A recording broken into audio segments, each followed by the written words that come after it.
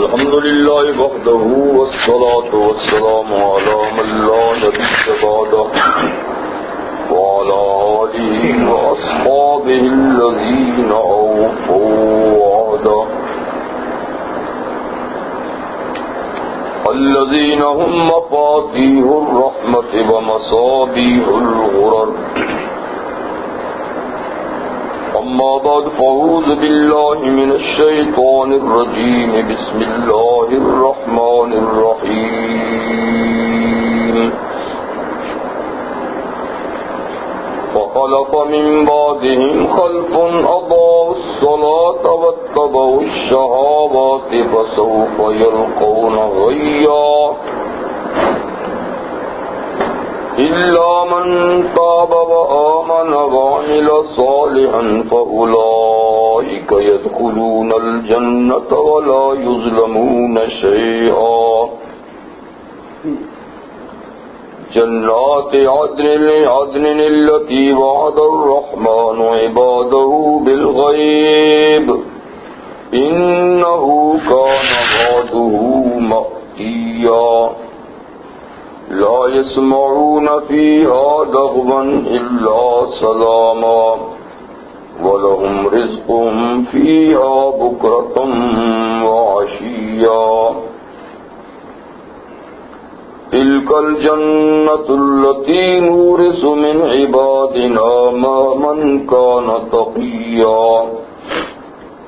صدق الله مولانا العظيم وصدق رسوله النبي الكريم ونحن على ذلك لمن الشاهدين والشاكرين والحمد لله رب العالمين. واجب الاحترام حضرات، یہ سورہ مریم کی آیت نمبر 59 سے 65 تک آیات آپ کے سامنے تلاوت کی.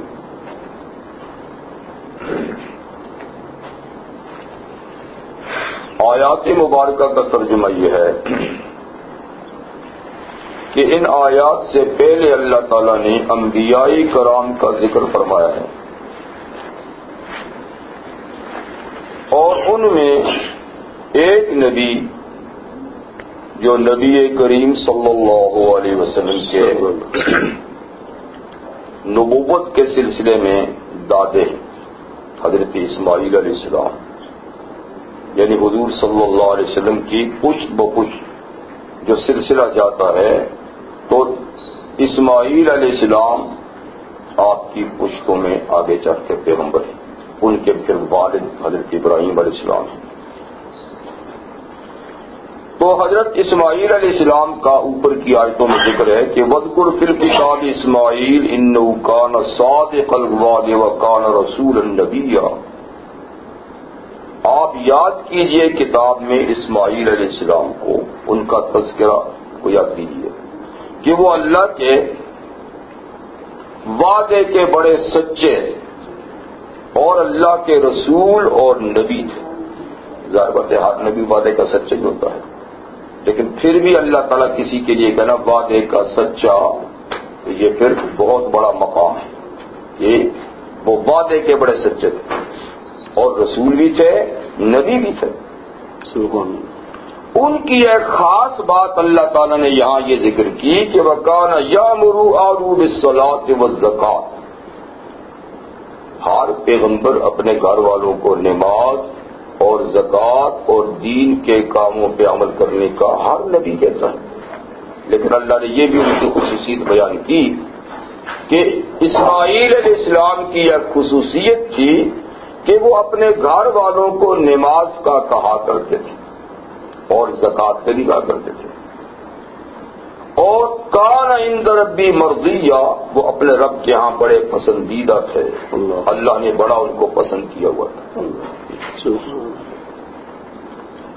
اس کے بعد سورہ طٰہٰ ہے اور سورہ طٰہٰ کے آخر میں نبی کریم صلی اللہ علیہ وسلم کو بھی اللہ تعالیٰ نے یہ حکم دیا ہے کہ وَأْمُرْ أَهْلَكَ بِالصَّلَاةِ.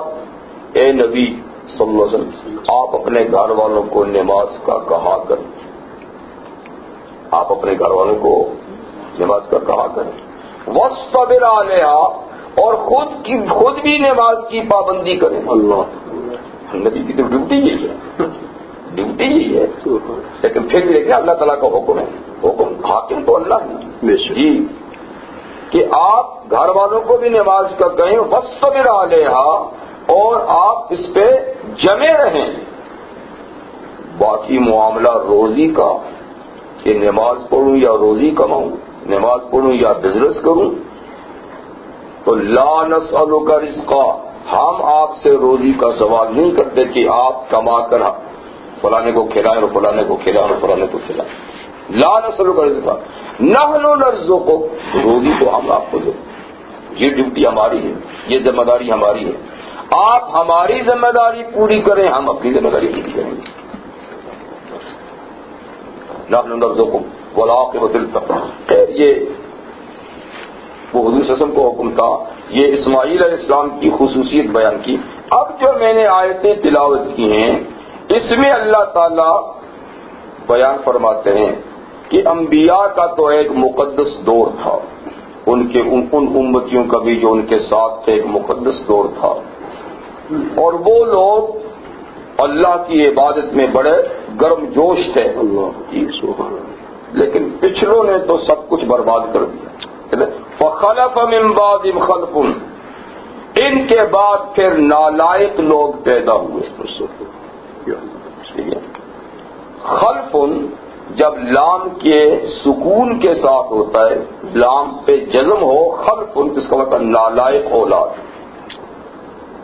اور خلف اگر لام کی زبر کے ساتھ ہو اس کا مطلب لائق اولاد. تو لائق جانشینوں کے لیے خلف کا لفظ ہے اور نالائق جانشینوں کے لیے خلف کا لفظ ہے. فخلف من بعدہم خلف، ان حضرات کے بعد پھر نالائق لوگ جانشین بنے. ان کی نالائقی کی پہلی بات یہ ہے کہ اضاعوا الصلاۃ، انہوں نے نمازوں کو برباد کر دیا. مطلب کہ نماز کا برباد کرنا، نماز کو ضائع کرنا، یہ سب سے بڑی نالائقی کی بات ہے اللہ کے نزدیک. اور کسی چیز کا ذکر نہیں کیا کہ انہوں نے یہ کیا یہ کیا یہ کیا. فرمایا کہ ان کے بعد جو نالائق آئے تو پہلی ان کی نالائقی کی بات یہ کہ اضاعوا الصلاۃ، انہوں نے نماز کو ضائع کر دیا. کس چیز کے پیچھے پڑ کے؟ واتقوا الشہوات، خواہشات کے پیچھے پڑ کر، خواہشات کو مرضی کو پورا کرنے کے لیے نمازوں کو گنوا دیا. اپنی چاہتوں کو پورا کرنے کے لیے نماز سے لاپرواہی کر دی. فسوف یلقون غیا، ان لوگوں کا انجام کیا کہ ان قریب یہ جہنم کو دیکھیں گے. غی اصل میں جہنم میں ایک وادی ہے اور عذاب. جہنم تو سارے عذاب ہے پر اس وادی میں کچھ عذاب زیادہ ہے. تو کہتے ہیں ان قریب یہ وادی غی سے ملیں گے، وادی غی میں ان کو جانا ہوگا. ہاں مگر جنہوں نے توبہ کر لی اور نمازوں کے پابند ہو گئے اور ایمان لائے اور نیک اعمال شروع کر دیے تو یہ لوگ جنت میں داخل ہوں گے اور ان پر کچھ ظلم نہ ہوگا. کون سے جنت میں؟ ہمیشہ والے جنت میں جس کی بہاریں کبھی ختم نہ ہوں، جس کا رحمان نے اپنے خاص بندوں سے وعدہ کر رکھا ہے اور وہ پس پردہ غیب میں ہے. وہ جنت کسی نے دیکھی نہیں. اور اللہ کا وعدہ جو ہے نا اس کو پورا پورا سمجھیے کہ ہو چکا، اس لیے کہ اللہ تعالیٰ وعدے کے خلاف تو نہیں کرتے. تو اپنے بندوں سے جنت کا وعدہ کیا ہے تو اس وعدے کو ہوا ہوا سمجھیے. اس جنت کی ایک تعریف یہ ہے کہ لا یسمعون فیہا لغوا الا سلاما. جب جنتی جنت میں چلے جائیں گے تو اس میں کوئی بیہودہ بات، کوئی بک کوئی خراب بات نہیں سنیں گے مگر صرف سلامتی کی بات سنیں گے، مبارکبادی کی بات سنیں گے. سبحان اللہ. وَلَهُمْ فِيهَا رِزْقُهُمْ وَلَهُمْ رِزْقُهُمْ فِيهَا بُكْرَةً وَعَشِيًّا، اور ان جنتیوں کو صبح و شام روزی مہیا کی جائے گی، یعنی ہر وقت، صبح و شام کا معنی ہر وقت، جب چاہیں گے اللہ تعالی کی طرف سے ان کو روزی ملے گی۔ یہ وہ جنت ہے، اللہ فرماتے کہ ہم اپنے خاص بندوں کو اس کا وارث بنا دیں گے، اور خاص بندے کو نے من کان تقیہ، جو متقی اور پرہیزگار، جنہوں نے دنیا کی زندگی احتیاط سے گزاری، بچ بچا کے گزاری گناہوں سے، تو ہم ان بندوں کو اس جنت کا وارث بنائیں گے۔ یہ ان آیات مبارکہ کا ترجمہ تو اس وقت آپ کے لیے آپ کے سامنے میں نے تلاوت کی۔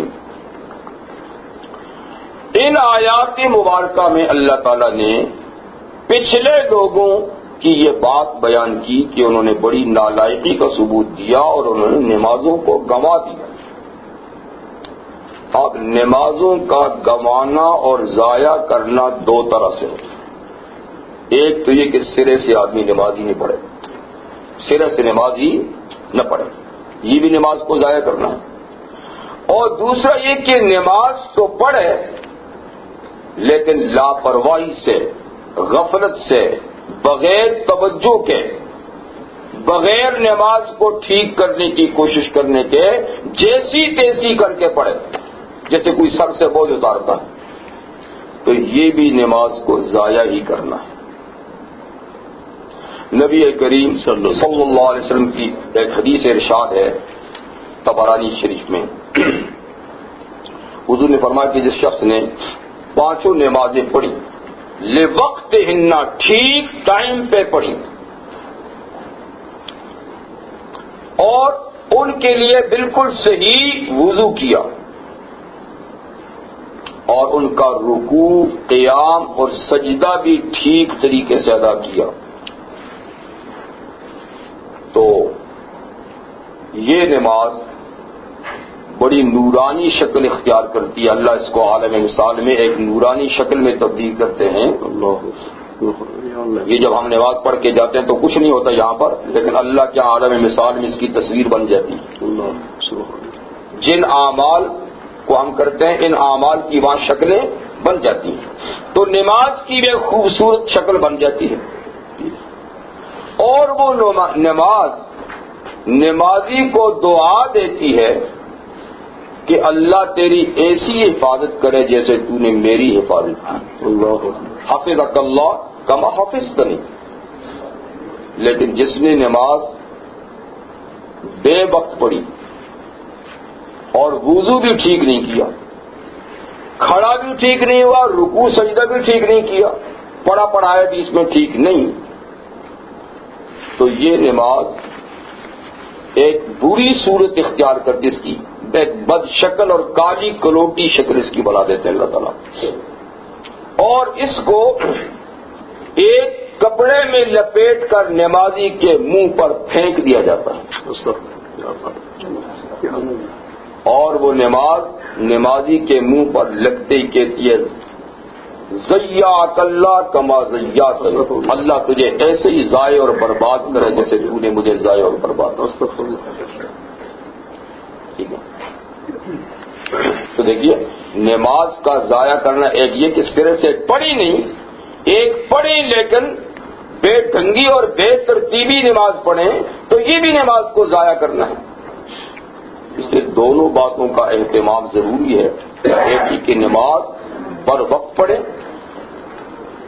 اور اس کے رکوع، سجود، قیام، قعود اور نماز میں جو کچھ پڑھا جاتا ہے اس کو صحیح کر کے پڑھے، اور دوسرا یہ کہ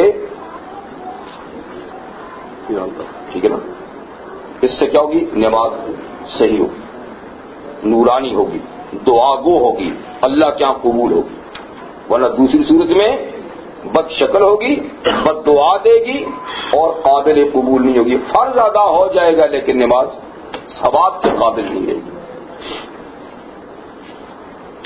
جیسے ہماری جسم اور جان ہے، حیوانات کی جسم اور جان ہے، نباتات کی جسم اور جان ہے، ایسی کائنات کی ہر چیز کی جسم اور جان ہے، بلکہ عبادات کی بھی جسم اور جان ہے۔ اگر جان ہے تو وہ چیز زندہ ہے، اور جان نہیں ہے اس میں تو وہ چیز مردہ ہے۔ تو نماز کا جسم تو وہ ہے جو ہم یہاں پر پڑھتے ہیں، کھڑے ہوتے ہیں، رکوع سجود قیام قعود پڑھتے وغیرہ، لیکن ان نماز کی ایک روح بھی ہے، اور روح کیا ہے؟ اللہ تعالیٰ فرماتے ہیں قد افلح المؤمنون الذین هم فی صلاتهم خاشعون، کہ ان مومنوں نے فلاح پائی جو نماز میں جان بھی ڈالتے ہیں، یعنی نماز کی جان کیا ہے؟ خشوع، جو نماز کو خشوع سے پڑھتے ہیں، تو خشوع نماز کی جان اور روح ہے۔ خشوع کیا ہے؟ اس کی تفسیر عبداللہ ابن عباس رضی اللہ عنہ نے فرمائی کہ خشوع یہ ہے، خاشعون کا معنی کہتے ہیں ساکنون، خاشعون کا معنی کیا ہے؟ ساکنون، سکون، نماز میں بالکل ایسے کھڑے ہوں کہ ذرا سی بھی حرکت نہ ہو، پورا سکون۔ اور نماز کے لیے قانتون اور قانتین کا لفظ جو قرآن میں آیا نا، اس کا معنی بھی کیا؟ ساکتین، جو پورے سکون سے نماز پڑھتے ہیں، سکون سے نماز پڑھتے ہیں۔ اور نماز کی یہ روح، حضرت شاہ ولی اللہ رحمۃ اللہ علیہ فرماتے ہیں روح الصلاۃ، یعنی نماز کی جان اور نماز کی روح کیا ہے؟ الحضور مع اللہ، نماز کی جان کیا ہے؟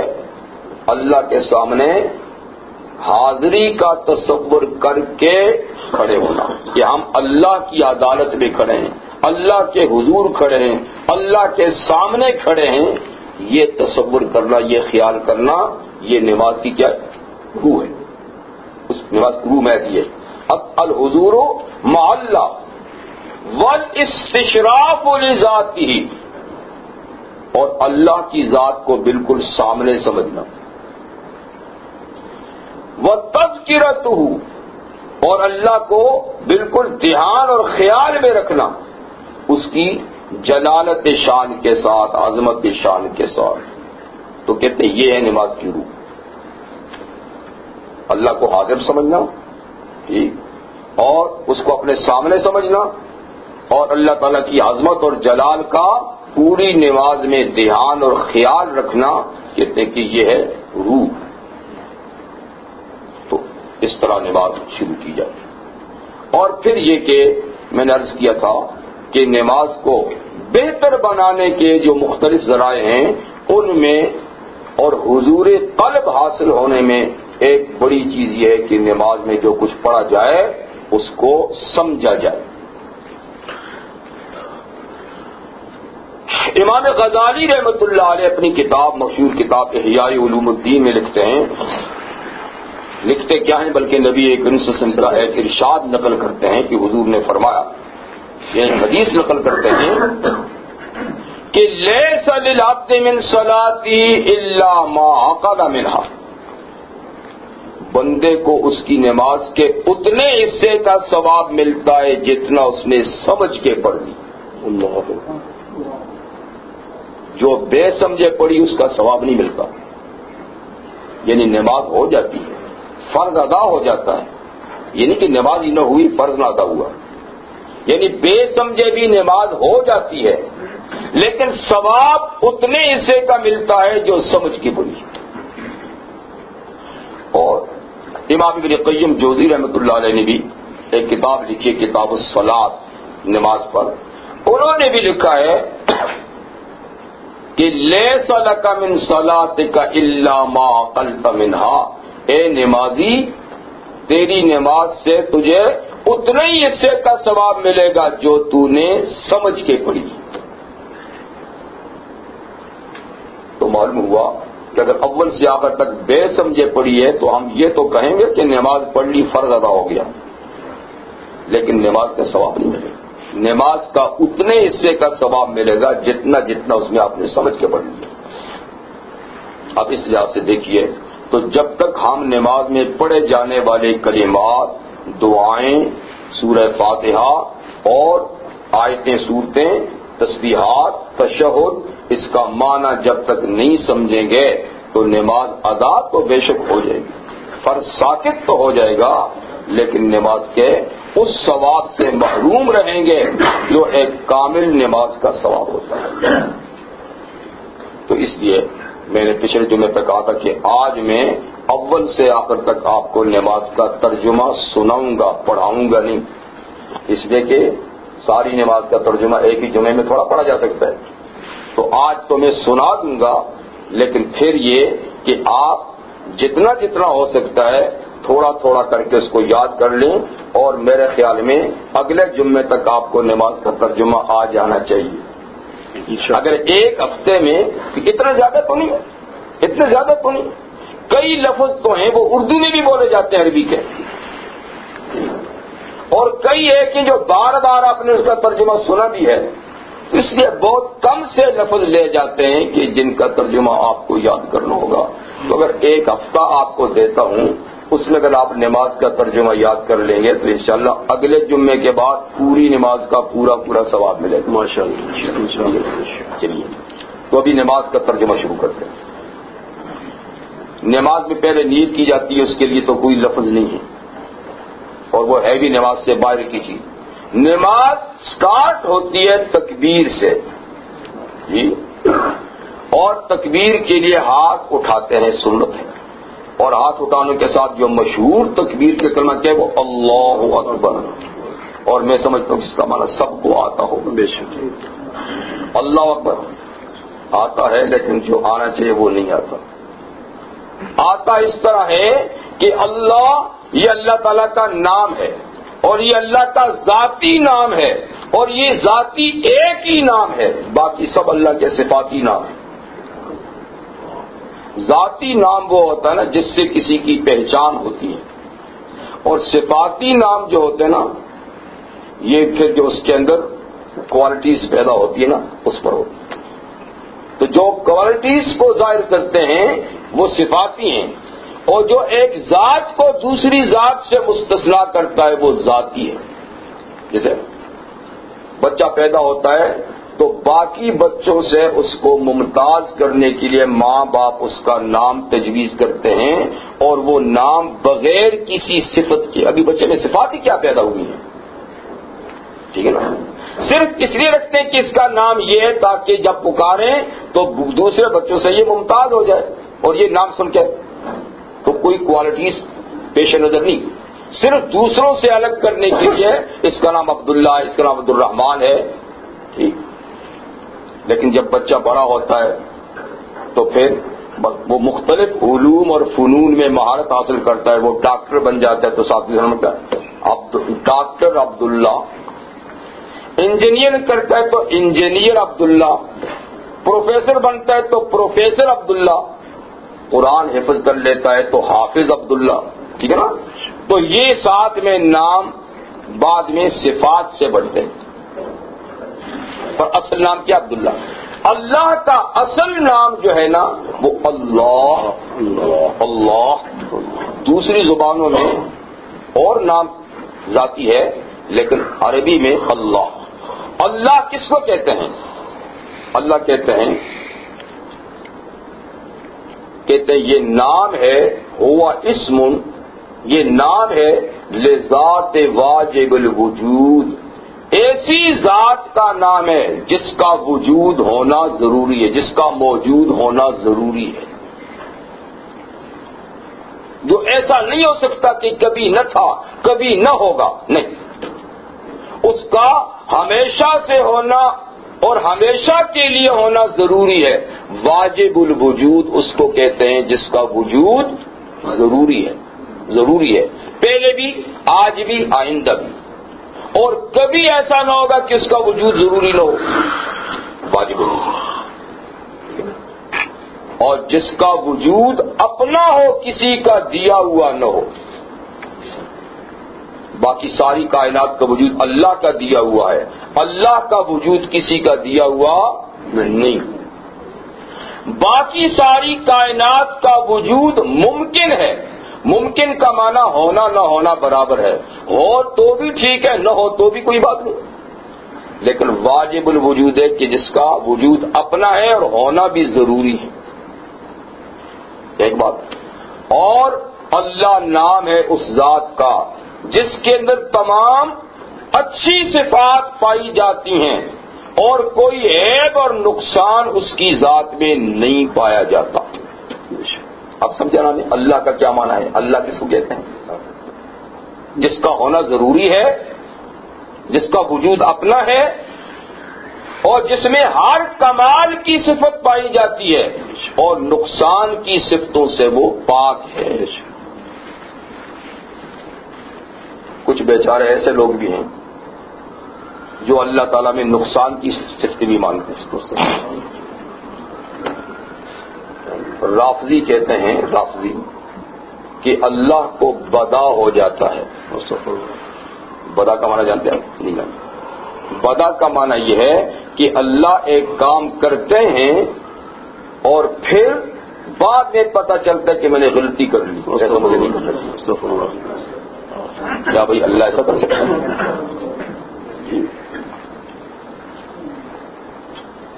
اور یہ اہل کتاب یہودی کہتے ہیں کہ اللہ کر کے پچھتاتا بھی ہے. کہتے ہیں کہ آدم علیہ السلام کو اللہ تعالیٰ نے پیدا تو کر دیا لیکن بعد میں پچھتایا کہ ہائے میں نے کیوں پیدا کر دیا اس کو. یا اللہ بھی کسی کام کا؟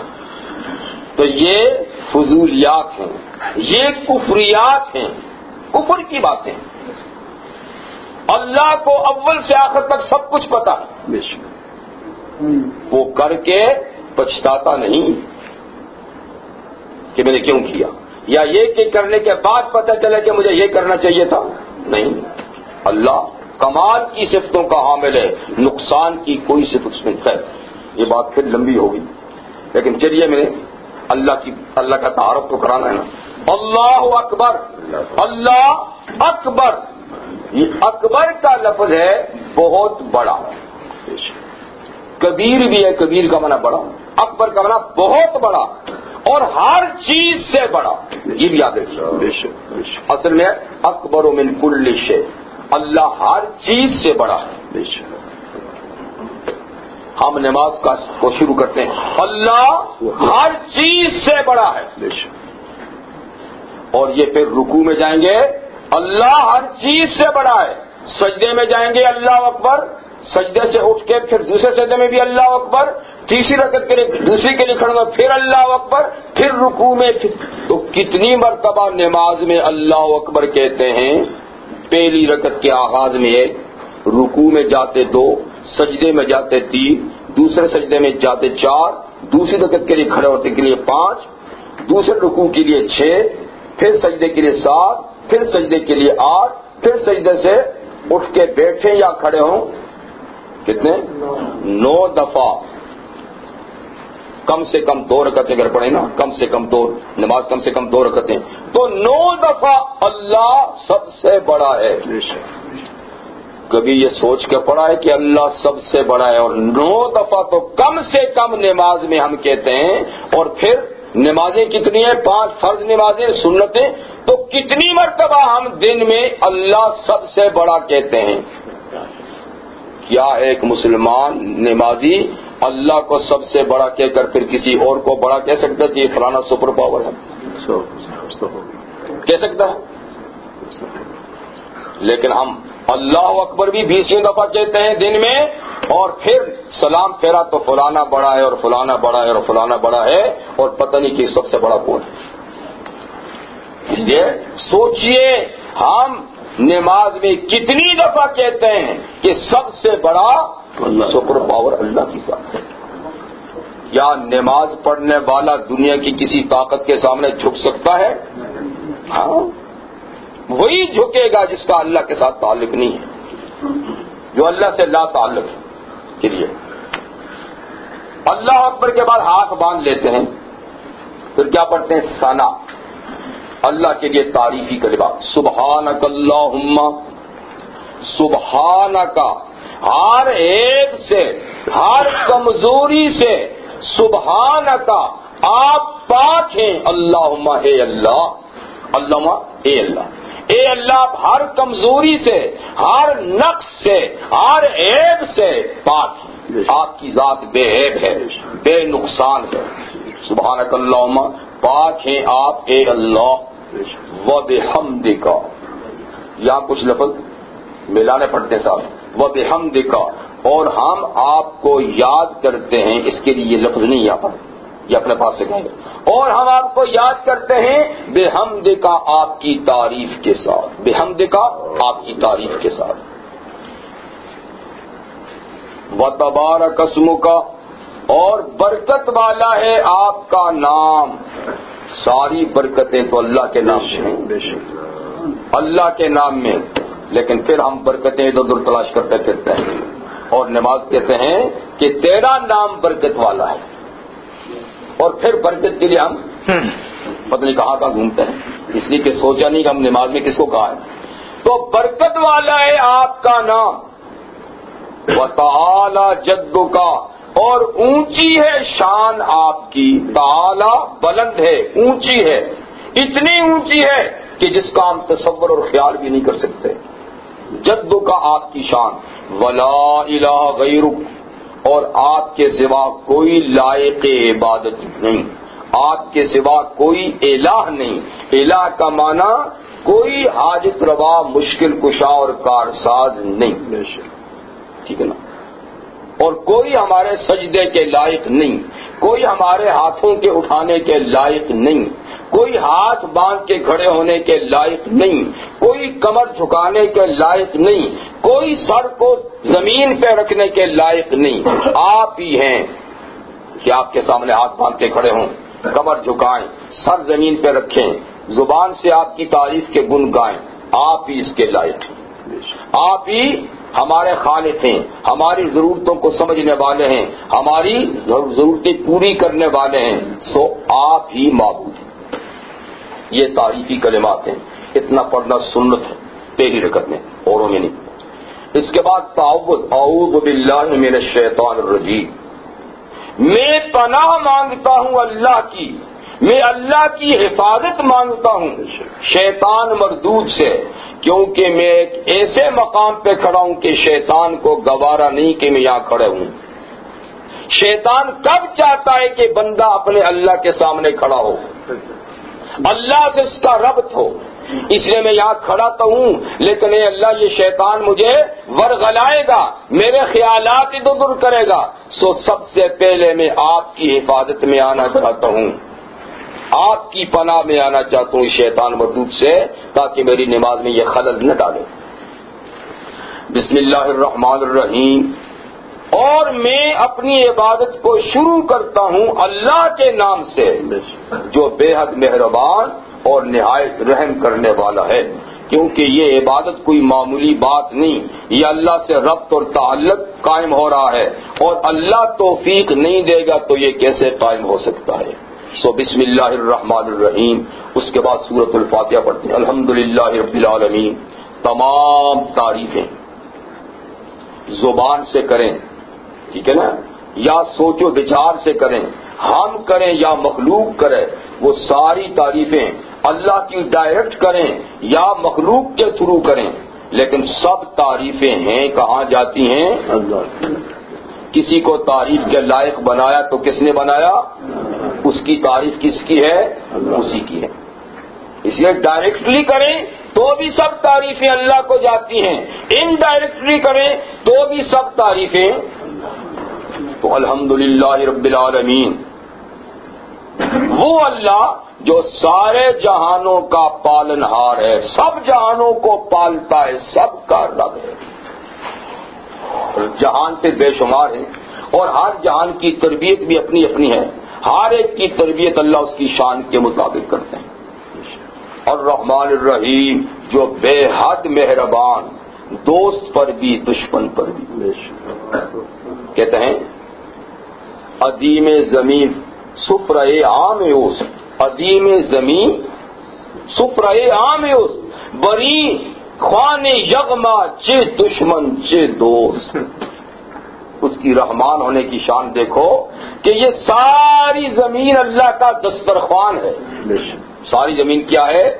اللہ کا بچھایا ہوا دسترخوان ہے، اور اس خوان یغما پر دوست بھی کھا رہے ہیں، دشمن بھی کھا رہے ہیں، سب کو دیے جا رہا ہے. جو نہیں مانتے جو گستاخیاں کرتے ہیں، جو بے ادبیاں کرتے ہیں، جو اللہ کو گالیاں دیتے ہیں، ان کو بھی کھلایا جا رہا ہے، ان پہ بھی بارش برسائی جا رہا ہے، ان پہ بھی اپنا سورج چڑھایا جا رہا ہے، ان پہ بھی چاند کی روشنی دیا جا رہا ہے۔ یہ ہے رحمان اور الرحیم، جو بے حد مہربان اور رحم کرنے والا ہے، کہ ایک رحمت وہ ہوگی جو آخرت میں صرف ماننے والوں پر ہوگی، نہ ماننے والوں پر آخرت میں کوئی رحمت نہیں ہوگی۔ تو دنیا میں رحمان، آخرت میں رحیم۔ مالک یوم الدین، جو مالک ہے روز جزا کا۔ مالک تو آج بھی وہ ہے، پہلے بھی وہ تھا، لیکن قیامت آج اللہ نے یہ اجازت دی ہے کہ ہم کسی چیز کو کہہ سکتے ہیں نا ایک خاص قانون کے تحت کہ یہ میری ہے، میں اس کا مالک ہوں، میں بزنس کا مالک ہوں، میں مکان کا مالک ہوں، میں زمین کا مالک ہوں، کہہ سکتے ہیں نا ایک خاص انداز سے۔ پر قیامت کے دن کوئی بھی نہیں کہے گا کہ آج میرا بھی کچھ ہے، بلکہ اللہ تعالیٰ خود ساری مخلوق سے پوچھیں گے لمن الملک اليوم، آج حکمرانی کس کی ہے؟ اللہ، آج حکومت کس کی ہے؟ دنیا میں تو تم کہتے تھا یہ میری ہے، یہ میری ہے، یہ میری ہے، میں نے کچھ نہیں کہا، چلو ٹھیک ہے تم نے کہا، آج بتاؤ کس کی ہے؟ کسی میں یہ جرأت نہیں ہوگی کہ وہ یہ کہے کہ آپ کی ہے، اتنی جرأت بھی نہیں ہوگی۔ خود اللہ کہیں گے للہ الواحد القہار۔ سنو، آج ایک اللہ کی حکمرانی ہے جو ایک ہے اور سب پہ غالب ہے۔ اس لیے فرمایا کہ قیامت کے دن کوئی کہنے والا بھی نہیں ہوگا کہ میری ہے، اس لیے اس دن تو اسی کی ہے۔ ایاک نعبد و ایاک نستعین، اے اللہ جب آپ کی یہ صفات ہیں تو پھر ہم آپ ہی کی عبادت کریں گے اور آپ ہی کی عبادت کرتے ہیں۔ وہ ایاک نستعین، اور آپ ہی سے مدد مانگتے ہیں۔ یہ ہر رکعت میں کہتے ہیں آپ ہی کی، یہ ہی میں کیوں کہتا ہوں؟ اس لیے کہ اصل لفظ ہے نعبد ایاک نستعین ایاک، یہ ایاک جو نعبد اور نستعین سے پہلے لائے نا، اس کا معنی ہوتا ہے ہی۔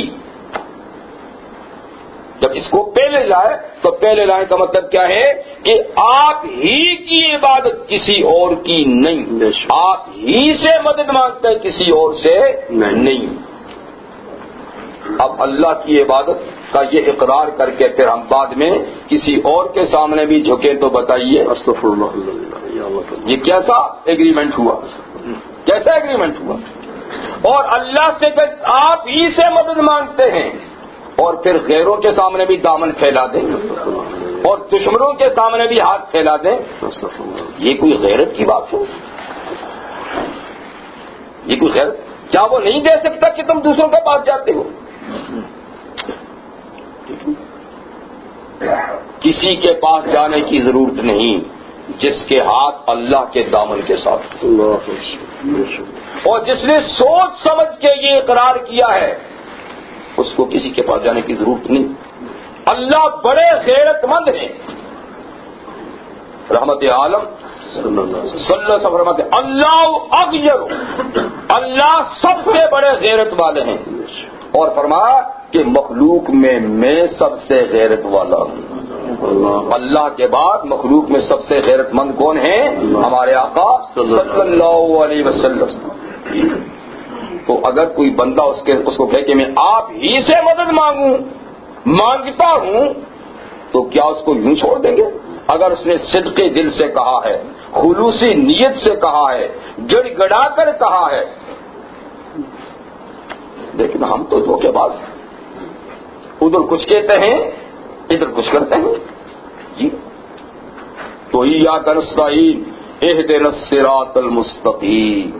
اب آئی بات، ہمیں چاہیے کیا؟ بنیادی چیز، مرکزی چیز، کس چیز کی ہمیں حاجت ہے، کیا مانگنا چاہتے ہیں آپ سے؟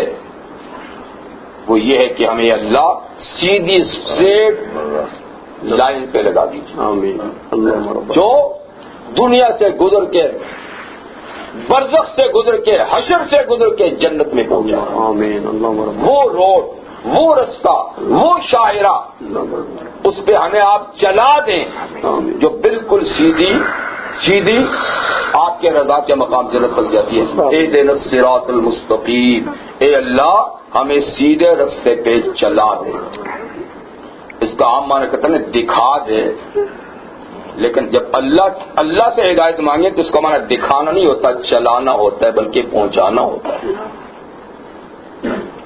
یعنی ہدایت جب اللہ سے مانگی جائے تو ہدایت کا معنی منزل پہ پہنچانا ہے، اور ہدایت کی نسبت جب مخلوق کی طرف کی جاتی ہے تو ڈائریکشن بتانا ہوتا ہے. ڈائریکشن بتانا ہوتا ہے کہ یوں چلیں گے تو منزل پہ پہنچیں گے. تو اہدنا الصراط المستقیم، ہمیں سیدھی راہ بتا دے، چلا دے، منزل پہ پہنچا. اب کون سا راہ ہے وہ؟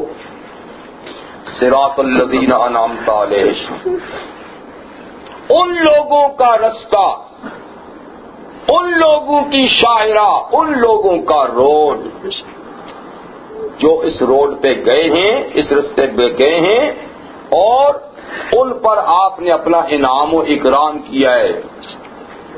جو لوگ انعام یافتہ ہیں ان کے رستے پہ جائے، یہ صراط مستقیم وہ ہے. تو کون لوگ ہیں جن پر اللہ تعالیٰ کا انعام ہوا ہے؟ یہ میں تفصیل سے بتا چکا ہوں، پھر بھی آپ کے ذہن میں شاید نہیں ہوگا. پہلے انبیاء کرام، انبیاء کرام صراط مستقیم کے مسافر ہیں سب. دوسرے صدیقین، تیسرے شہداء، چوتھے صالحین. یہ چار طبقات ہیں کہ جو صراط مستقیم پہ چلے ہیں اور چل کر اللہ کا انعام ان کو حاصل ہوا ہے. تو ہم دعا کرتے ہیں کہ اللہ ہمیں بھی ان کے رستے پہ چلا دے. لیکن جب سلام پھرتا ہے تو ہم کون سے رستے پہ جاتے ہیں جی؟ کوئی رشیا کے رستے پہ کامیابی سوچتا ہے، کوئی چائنا کے رستے میں کامیابی سوچتا ہے، کوئی یورپ کے رستے میں کامیابی سوچتا ہے. اور یہاں کس کا رستہ مانگا تھا جی؟ مکہ اور مدینہ والا رستہ.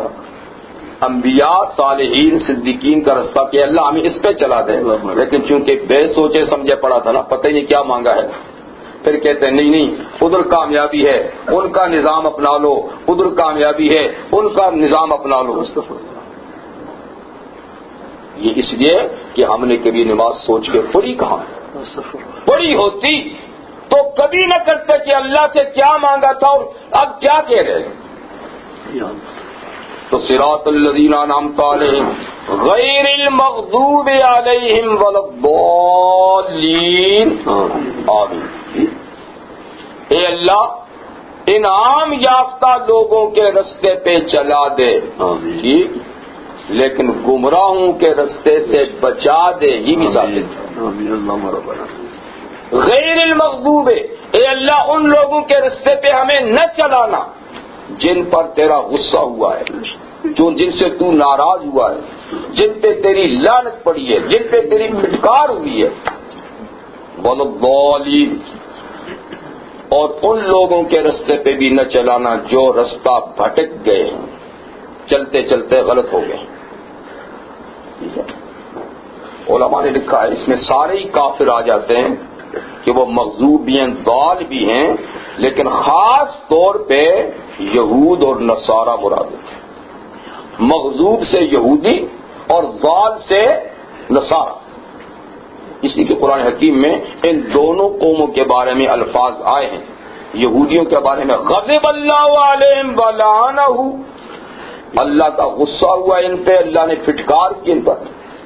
اور عیسائیوں کے بارے میں قرآن کہ ضلوا فاضلوا، خود بھی بھٹک کے اوروں کو بھی بھٹکا دیا. تو یہ دو قومیں بالخصوص کہ جن کے رستے پہ چلنے سے ہم اللہ سے پناہ مانگتے ہیں، اور پھر سلام کرنے کے بعد چلتے انہی کے رستے پہ چلتے. تو کیا اللہ سے کیا ہوا ایگریمنٹ توڑ نہ دیا؟ فوری طور پہ توڑ نہ دیا؟ اللہ تعالیٰ آپ کو اور مجھے تو محفوظ رکھے. خیر ہم تو اتنے نہیں ہیں، لیکن جو ہمارے لیڈران کرام ہیں میں ان کی بات کرتا ہوں جن کی زبان پہ اللہ سے زیادہ ان کے نام چڑھے ہوئے ہیں. نماز بیچارے وہ بھی کبھی کبھار پڑھ ہی لیتے ہیں، لیکن پڑھنے کے بعد جب میٹنگ میں جاتے ہیں تو تذکرہ کس کا ہوتا ہے؟ کامیابی کون سے رستوں میں دیکھتے ہیں. تو اللہ انہیں بھی ہدایت دے, ہمیں بھی ہدایت دے. اللہ مربان آمین, اللہ مربان. اور آخر میں کہتے ہیں آمین, اللہ ہماری یہ دعا یہ التجا قبول فرما لے. یہ تو سورہ فاتحہ ہوئی اور باقی نماز ابھی رہے گی. تو میرا خیال تھا کہ میں باقی نماز بھی آپ کو سارا ترجمہ سناؤں گا, لیکن وہ اب پھر ادھار ہوگی. اور اس کے ساتھ کچھ نماز کی خوبیوں پر غیر مسلموں کے تاثرات بھی میں نے آپ کو سنانے تھے کہ ہماری یہ نماز کتنی باعظمت عبادت ہے, کتنی پرکیف عبادت ہے, کتنی مؤثر عبادت ہے. ہمیں پتہ نہیں, لیکن غیر مسلم اس سے متاثر ہوئے ہیں. انہوں نے اپنا تاثر, اپنا تجزیہ نماز کے بارے میں, تو میں 2-3 مفکرین کی بات آپ کو سنانا چاہتا تھا, لیکن پھر ادھار. تو انشاءاللہ پھر اگلے جمعے پر باقی مادہ بات ختم کریں گے, کیونکہ اب تو رمضان آ رہا ہے اور شعبان گزر رہا ہے, تو اس کے بارے میں تھوڑی سی بات کرنی ہے باہر. لیکن یہ نماز کا معاملہ اگلے ہم نمٹائیں گے انشاءاللہ. سبحانک اللہم وبحمدک اشہد ان لا الہ الا انت استغفرک.